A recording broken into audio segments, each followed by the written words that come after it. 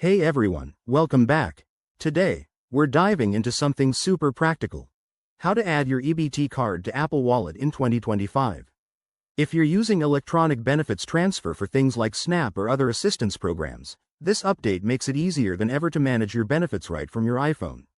No more fumbling with physical cards. Let's get you set up quickly and securely. First things first, make sure your iPhone is running the latest iOS version for 2025.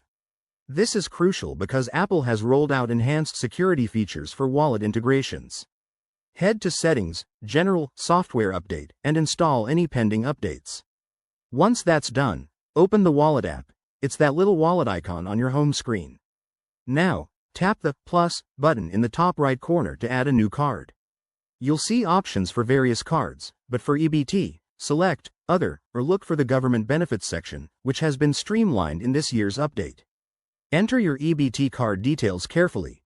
That's your card number, expiration date, and any CVV if required.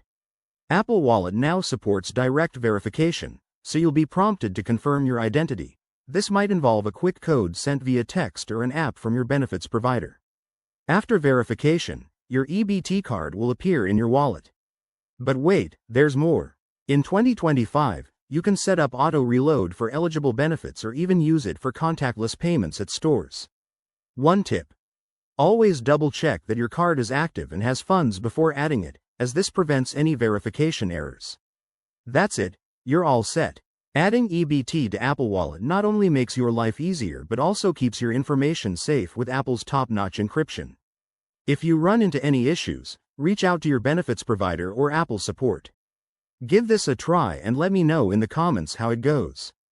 Don't forget to like, subscribe, and hit that bell for more tech tips. Thanks for watching, and see you next time.